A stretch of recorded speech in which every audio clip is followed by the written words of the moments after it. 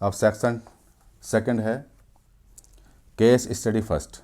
Using of mobile screen for long hours it makes lazy, affect your eyesight and give you headache. Those who are addicted to playing PUBG can get easily stressed out or face anxiety issues in public due to lack of social interaction. To raise social awareness about ill effect of PUBG, a school decided to start ban PUBG campaign. Students are asked to prepare campaign word in the shape of a rectangle as shown in figure. तो यहाँ पर PUBG game के खिलाफ अभियान है। जागरूक करने के लिए बैन पबजी, ये रेक्टेंगुलर बोर्ड बनाने के लिए बच्चों से कहा गया। तो यहाँ पर एक्स एक्सिस और वाई एक्सिस दी हुई है। यहाँ पर इसके coordinate A B C D यहाँ पर आएंगे। ये 2 है, ये 8 है। ए के कोऑर्डिनेट हैं 2, बी के हैं 8 एंड 2, सी के 8 6 एंड डी के 2 6 हैं। तो इसी के बेस पे हमें सवालों के जवाब देने हैं। पहला सवाल है what will be the area of the board. Board का एरिया निकालना है। तो बोर्ड का एरिया निकालने के लिए हम देखेंगे इसमें कि बोर्ड की लेंथ कितनी है और ब्रेथ कितनी है। यहाँ से यहाँ तक 2 है और यहाँ से यहाँ तक ये 8 है। इसका मतलब ये जो डिस्टेंस है ये 6 हो गई। इस तरह से हम इसकी ब्रेथ लेंगे तो 2 मतलब ये 2 और 2 यहाँ हो गया और 2 एंड 6 इसका कोऑर्डिनेट है। तो इसका मतलब इसके बीच की डिस्टेंस 4 हो गई। तो इसका जो हम एरिया निकालेंगे लेंथ इंटू ब्रेथ करके 6 × 4 हो जाएगा। तो इसका आंसर आएगा 24 सेंटीमीटर स्क्वायर। 6 × 4 करके ये ए पार्ट का आंसर हो गया। बी पार्ट के लिए if cost of 1 centimetre square of board is ₹8 then find the cost of board. 1 centimetre square board की कॉस्ट 8 रुपये है। तो यहाँ पर एरिया 24 सेंटीमीटर स्क्वायर आ रहा है। तो 24 सेंटीमीटर स्क्वायर बोर्ड की कॉस्ट हो जाएगी 8 से मल्टीप्लाई करके ₹192। तो यहाँ पर 192 इसका आंसर हो जाएगा। थर्ड है find the interaction point of the diagonals. विकर्णों का प्रतिच्छेदन बिंदु क्या है। तो यहाँ पर इसके डायगोनल्स ये AC एंड BD डायगोनल्स हैं। ये इस पॉइंट पर काटेंगे। इसको हम देखेंगे तो ये पॉइंट आएगा यहाँ से 5 और ऊपर ये 4, क्योंकि ये डिस्टेंस 6 है, बीच की डिस्टेंस 3 हो जाएगी। तो यहाँ से यहाँ तक 5 हो गया, 2 एंड 3 5 और ये 2 में 2 ऐड हो जाएगा तो 4 हो जाएगा।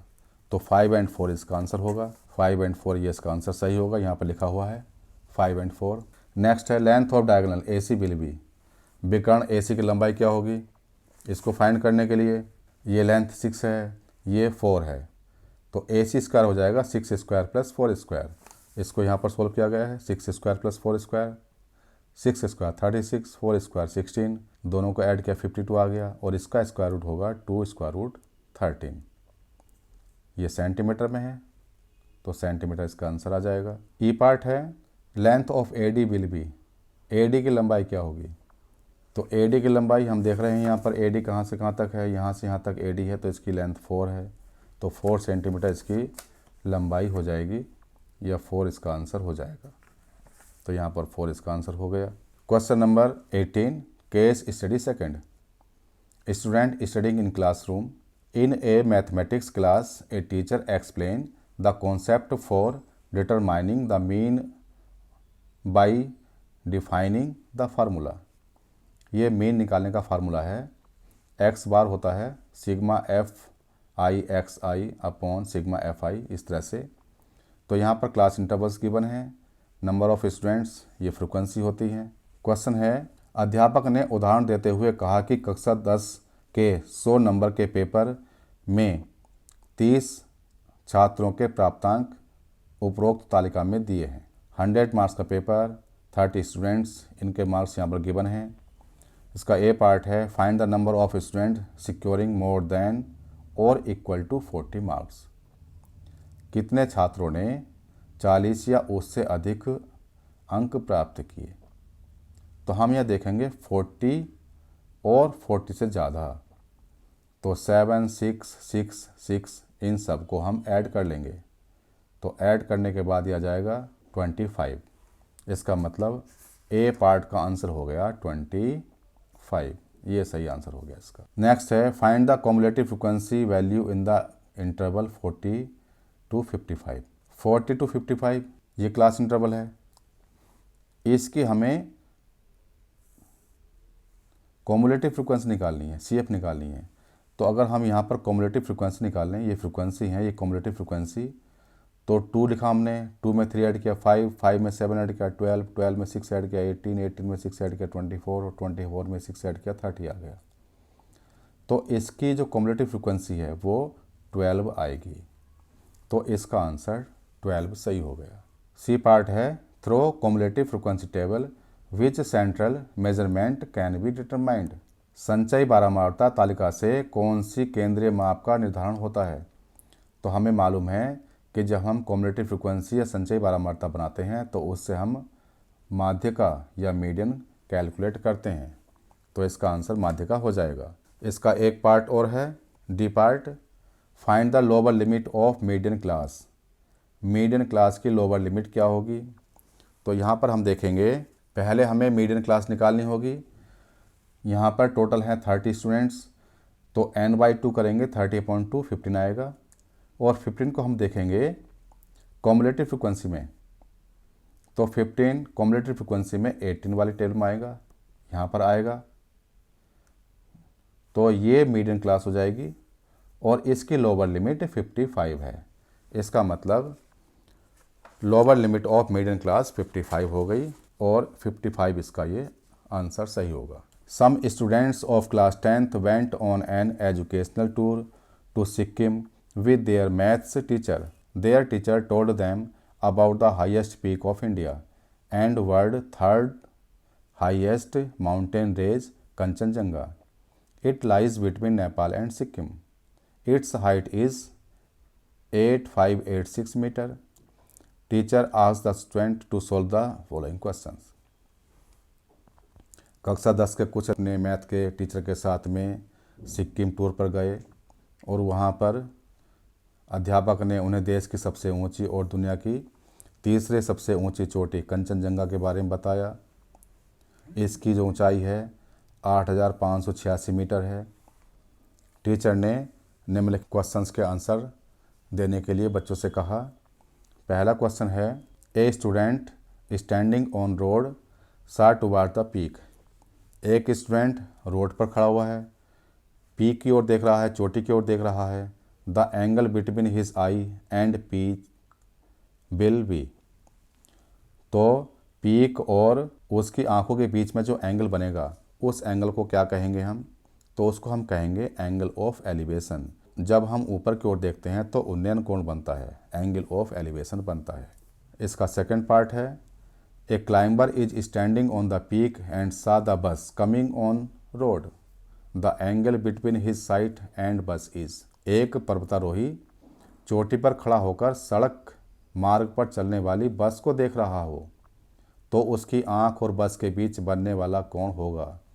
जब हम ऊपर से नीचे की ओर देखते हैं तो अवनमन कोण बनता है, एंगल ऑफ डिप्रेशन बनता है। तो यहाँ पर इसका आंसर एंगल ऑफ डिप्रेशन होगा या अवनमन कोण होगा। इसका थर्ड पार्ट है, समकोण त्रिभुज में कर्ण का वर्ग शेष दो भुजाओं के वर्गों के योग के बराबर होता है। शेष यहाँ 2 आएगा, दो भुजाओं के वर्गों के योग के बराबर होता है।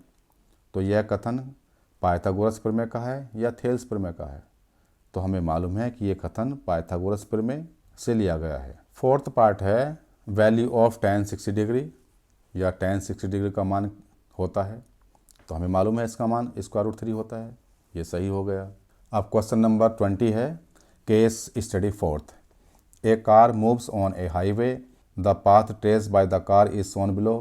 The pattern of the path traced in shape का नाम लिखा है, ये पैराबोलिक शेप है। A parabola is to graph that forms by the quadratic equation. Parabola कब बनता है, जब हम क्वाड्रेटिक इक्वेशन का ग्राफ बनाते हैं। तो ये पाथ बनाया हुआ है इस तरह से। What is the shape of the curve C D E. C point नहीं गिवन है, शायद यहाँ हो सकता है। तो इस तरह से जो कर्व बनना है उसकी क्या शेप होगी। तो ये पैराबोलिक या परबोलिक की शेप है, इसका आंसर ये होगा। इसका बी पार्ट है, if the shape of the curve A B C is represented by this then its zeros are. अगर ए बी सी कर्व इस इक्वेशन को रिप्रेजेंट कर रहा है तो इसके शून्य क्या होंगे? तो इसके शून्य के लिए हमें इसको सोल्व करना होगा। यहाँ पर इसको सोल्व किया गया है, X square minus 7x plus 12 equal to 0। Splitting of middle term से इसको सोल्व किया गया है। तो -7x की जगह -3x माइनस 4x लगाया, प्लस 3 × 4 हो गया 12 की वैल्यू। x कॉमन, तो ये आ जाएगा, x कॉमन ले लिया हमने, x -3 ब्रैकेट में, -4 कॉमन लिया, x -3 आ जाएगा। एक ब्रैकेट में x -3 इंटू दूसरे ब्रैकेट में x -4, इससे x की वैल्यू 3 और 4 आ जाएगी और ये इसका आंसर होगा। तो यहाँ पर 3 और 4 ये आंसर सही होगा। The path trace by the car whose zeros and 2 और -4। 2 और -4 इसके जीरोज हैं, तो द्विघात बहुपद क्या होगा? हमें क्वाड्रेटिक पोलिनोमियल बनाना है, तो इसके लिए हम बनाएंगे, ये हम बना लेंगे x square minus sum of zeros into x plus product of zeros, ये हो गए। वैल्यू प्रोडक्ट करेंगे, एक्स स्क्वायर माइनस ये 2 और -4 हो जाएगा इंटू एक्स प्लस 2 इंटू -4, तो यहाँ से आ जाएगा एक्स स्क्वायर प्लस का 2x और माइनस का 8। तो ये x square plus 2x minus 8 इसका आंसर होगा। नेक्स्ट है D part, find number of zeros of curve from A to E. A से लेकर ई के बीच में इसके कितने जीरोज होंगे या कितने शून्यांक होंगे? तो हमें मालूम है कि जहाँ जहाँ ग्राफ एक्स एक्सिस को कट करता है, जितने बार कट करता है उतने बार उसके शून्यांक होते हैं, जीरोज होते हैं। तो यहाँ पर एक ही आ गया, 2, 3 और 4 बार ये ग्राफ एक्स एक्सिस को इंटरसेक्ट कर रहा है, इसलिए इसके शून्यक 4 हो गए, 4 हो गए। तो इसका आंसर ये 4 हो जाएगा। केस स्टडी के सवाल हो चुके हैं। अब इसका पार्ट ए पूरा हो चुका है। पार्ट बी, ये पार्ट 2 मार्क्स का है। If HCF 54, 81 is equal to 27 then find LCM 54, 81। यानी दो नंबर हैं 54, 81, उनका HCF तो 27 है, LCM फाइंड करना है। तो यहाँ पर हमें फार्मूला पता है, HCF into LCM, first number into second number, ये फार्मूला होता है। वैल्यू पुटअप की, HCF 27 है, LCM निकालना है, एक नंबर 54 है, दूसरा नंबर 81 है, इससे हम सोल्व कर लेंगे। तो LCM 162 आ जाएगा और ये इसका आंसर हो जाएगा। Question number 22, prove that the length of the tangents drawn from the external point to a circle are equal. सिद्ध कीजिए कि किसी बाह्य बिंदु से वृत्त पर खींची गई स्पर्श रेखाएं समान लंबाई की होती हैं। तो ये प्रमेय है, थ्योरम है। मैंने यहाँ पर केवल इसको सोल्व करके दिखाया हुआ है। थ्योरम 10.2 है ये। वृत्त के बाहर बिंदु P है, इससे PQ एंड PR स्पर्श रेखाएं खींची गई हैं। स्पर्श रेखाओं को, ये दोनों स्पर्श रेखाएं वृत्त पर Q एंड R बिंदु पर टच कर रही हैं। तो कोण OQP ये 90 का हो गया और ये भी 90 का हो गया। P से O को ज्वाइन कर लिया, यहाँ पर दो त्रिभुज बन गए, त्रिभुज OQP एंड त्रिभुज ORP। अब इन दोनों त्रिभुजों में OQ बराबर OR होगा, क्योंकि ये दोनों रेडियाई हैं, त्रिज्याएं हैं। कोण OQP 90 डिग्री का, कोण ORP ये भी 90 डिग्री का हो गया। OP दोनों त्रिभुजों में कॉमन है, ये कॉमन साइड हो गई। तो RHS से, राइट एंगल्ड हाइपोटेनस साइड से, दोनों त्रिभुज सर्वाक्षम हो गए, OQP तथा ORP। अब हम लिख सकते हैं कि PQ is equal to PR by CPCT। इस तरह से ये थ्योरम प्रूफ हो जाएगी। क्वेश्चन नंबर 23 है, find the ratio in which the line segment joining the point 1, -3 and 4, 5 is divided by x axis. वह अनुपात ज्ञात कीजिए जिसमें एक्स अक्ष बिंदुओं 1, -3 तथा 4, 5 को मिलाने वाले रेखाखंड को विभाजित करता है। तो यहाँ पर जैसे मान लीजिएगा ये एक्स अक्ष है और एक बिंदु 1 और -3 है, दूसरा 4 और 5 है। इसको मिलाने वाला रेखाखंड इस एक्स एक्सिस को P पॉइंट पर इंटरसेक्ट करता है। तो हमें रेशियो निकालना है, M1 M2 निकालना है। तो यहाँ पर हम देखेंगे कि जब कोई भी लाइन सेगमेंट एक्स एक्सिस को इंटरसेक्ट करेगा तो वह जो पॉइंट होगा उसके कोऑर्डिनेट एक्स एक्सिस पर तो होंगे, मतलब एक्स तो होगा लेकिन वाई कोऑर्डिनेट नहीं होगा। तो इस बिंदु के कोऑर्डिनेट x0 होंगे, एक्स एक्सिस पर y0 होता है। अब हम यहाँ पर सेक्शन फार्मूला लगा सकते हैं, m1/2 + m2/1 upon m1 + m2 = y। क्योंकि y 0 है इसलिए हमने y को ले लिया। तो m1 × y2 5 हो गया, प्लस m2 × y1 -3 हो गया, अपॉन m1 + m2 = y की वैल्यू 0 है। क्रॉस मल्टीप्लाई किया तो 5m1 - 3m2 = 0, 5m1 = 3m2 और m1 is to m2 ये हो जाएगा 3:5। तो ये इसका आंसर होगा। So that √3 is an irrational number. दिखाइए कि वर्गमूल 3 एक अपरिमेय संख्या है। इसको हम बुक से देखकर याद कर सकते हैं। बुक में एक क्वेश्चन दिया हुआ है, जिस तरह से वर्गमूल 2 का होता है वैसे वर्गमूल 3 का, वर्गमूल 5 या वर्गमूल 7 के लिए भी हम कर सकते हैं। एक ही तरीका है। Question number 25, find a quadratic polynomial whose zeros are 5 - 3√2 and 5 + 3√2। हमें क्वाड्रेटिक पोलिनोमियल द्विघात बहुपद निकालना है, बनाना है, जिसके शून्यांक 5 - 3√2 तथा 5 + 3√2 हैं। तो इसका तरीका हमें पता है। द्विघात बहुपद जो बनाते हैं ये होता है x² - sum of zeros into x plus product of zeros. Zeros में शून्यक, इनकी वैल्यू पुटअप करी, -3√2 + 3√2 कैंसिल हो जाएगा। यहाँ पर a + b a - b का फार्मूला लगाएंगे। यहाँ से बचेगा 10x, ये माइनस का हो गया, और यहाँ से बचेगा 25 - 18 7 आ जाएगा। तो x² - 10x + 7 इसका आंसर हो जाएगा। Question number 26, if tan a = 3/4 then find the value of 1/sin a + 1/cos a। tan a का मान 3/4 है, 1/sin a + 1/cos a का मान ज्ञात करना है। तो इसके लिए अगर हम त्रिभुज बनाएं, अगर हम a कोण ले लें, ये एंगल ले लें, तो tan a है 3/4। tan होता है परपेंडिकुलर अपॉन बेस, तो 3 परपेंडिकुलर हो गया, बेस 4 हो गया। इससे पाइथागोरस थ्योरम से हम इस त्रिभुज का कर्ण AC निकाल सकते हैं। हाइपोटेनस ये 5 हो जाएगा, 4 का स्क्वायर प्लस 3 स्क्वायर 25 हो जाएगा, 25 का स्क्वायर रूट 5 आ जाएगा।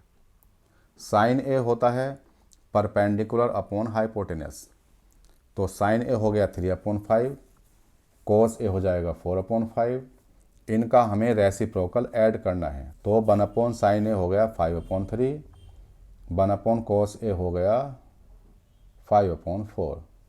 एलसीएम लेके इसको सोल्व करेंगे तो 35/12 इसका आंसर आ जाएगा। इसको हम 211/12 भी लिख सकते हैं। Question number 27, state and prove the basic proportionality theorem. आधारभूत अनुपातिका प्रमेय का कथन लिखकर सिद्ध कीजिए। ये जो प्रमेय है, थ्योरम है, ये थ्योरम 6.1 है, तो इसको हम बुक से देखकर याद कर लेंगे। Question number 28, if sin a + 2b = 1/2 and cos a + 4b = 1/√2, a is greater than b है, then find a and b। Sine cos में ये गिवन है, ए बी का मान निकालना है। तो हम देखेंगे साइन a + 2b = 1/2 है। साइन में 1/2 मान होता है साइन 30 का, तो इसको साइन 30 के बराबर लिख दिया। दोनों और तुलना करेंगे, कंपेयर करेंगे, तो इनके कोण बराबर हो जाएंगे। a + 2b = 30 degree. सेकंड है cos a + 4b = 1/√2। 1/√2 कोस में 45 डिग्री का होता है। अब दोनों और कंपेयर करेंगे तो a+4 भी 45 डिग्री के बराबर हो गया। पहली इक्वेशन थी a+2 भी 30 डिग्री की। दोनों को सोल्व करेंगे, माइनस करने पर a कैंसिल हो जाएंगे, तो 2 भी 15 डिग्री और b आ जाएगा 7.5 डिग्री। b की वैल्यू इन दोनों इक्वेशंस में से किसी में भी पुटअप कर देंगे तो a का मान आ जाएगा 15 डिग्री। ये इसके आंसर होंगे। Question number 29, in figure OACB is a quadrant of a circle with center O and radius 3.5 centimeter. If OD is 2 centimeter, find the area of quadrant OACB, shaded region। यहाँ पर ये figure इस तरह से बनेगी, OACB इस तरह से है ये, यहाँ पर D पॉइंट होगा, इसकी रेडियस OB 3.5 है। तो पहले तो हमें OACB जो क्वाड्रेंट है, चतुर्थांश है, इसका एरिया निकालना है। θ/360 इंटू πr², ये सेक्टर का एरिया होता है। क्वाड्रेंट में एंगल 90 डिग्री का होता है, तो थीटा की जगह हम 90 डिग्री लगा सकते हैं, तो यहाँ से 1/4 हो जाएगा। तो क्वाड्रेंट का एरिया आ जाएगा 1/4 πr²। पाई की वैल्यू एंड आर की वैल्यू 3.5 होगी। ये पुटअप करके हम क्वाड्रेंट का एरिया निकालेंगे, और यहाँ पर क्वाड्रेंट का एरिया आ रहा है 77/8 सेंटीमीटर स्क्वायर। अब हमें सैडेड रीजन का एरिया निकालना है, तो इस सैडेड रीजन का एरिया निकालने के लिए क्वाड्रेंट के एरिया में से ट्रायंगल का एरिया माइनस कर लेंगे। राइट एंगल ट्रायंगल बना हुआ है ये, क्वाड्रेंट का एरिया 77/8 हमने निकाला था। इस ट्रायंगल OBD का एरिया हो जाएगा 1/2 बेस इंटू हाइट से, तो 1/2 बेस 3.5 और हाइट 2 से 2 कैंसिल हो गया। इसको सोल्व करेंगे तो ये 49/8 सेंटीमीटर स्क्वायर आ जाएगा। Question number 30, the median of following data is 525। Find the values of x and y if the total frequency is 100। मतलब ये जो डाटा गिवन है, इनकी मीडियन माध्यक 525 है, सम ऑफ फ्रीक्वेंसी बारंबारता का योग 100 है, x एंड y का मान यहाँ पर निकालना है। तो इसके लिए हम टेबल बनाएंगे अलग से।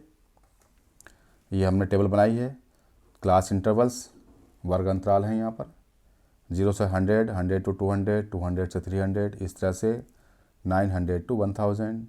इनकी फ्रिक्वेंसी बारंबारता यहाँ पर गिवन है। अब हम पहले कम्युलेटिव फ्रिक्वेंसी निकालेंगे, CF संचयी बारंबारता। तो क्या करते हैं, ये 2 है, 2 को उठा के हमने यहाँ रख दिया। अब 2 में 5 ऐड करा, 7 आ गया। 7 में x ऐड करेंगे तो 7 + x आएगा। इसमें अब 12 ऐड करना है, तो नंबर में नंबर ऐड होगा, 12 + 7 19 और प्लस x ऐसे ही आ जाएगा। अब इस तरह से ही नंबर में नंबर ऐड होकर ये आ जाएगा। यहाँ पर क्या होगा, 56 + x है, इसमें y ऐड करना है, तो 56 ऐसा ही रहेगा, प्लस x + y आ जाएगा। इस तरह से हम कॉम्युलेटिव फ्रिक्वेंसी या संचयी बारंबारता बना लेंगे। अब जो फ्रिक्वेंसी का सम होता है, वही जो लास्ट की कॉम्युलेटिव फ्रिक्वेंसी होती है उसके बराबर होता है। इसका मतलब 76 + x + y = 100 हो गया, तो इससे x + y = 24 आ जाएगा। अब यहाँ पर मीडियन गिवन है 525।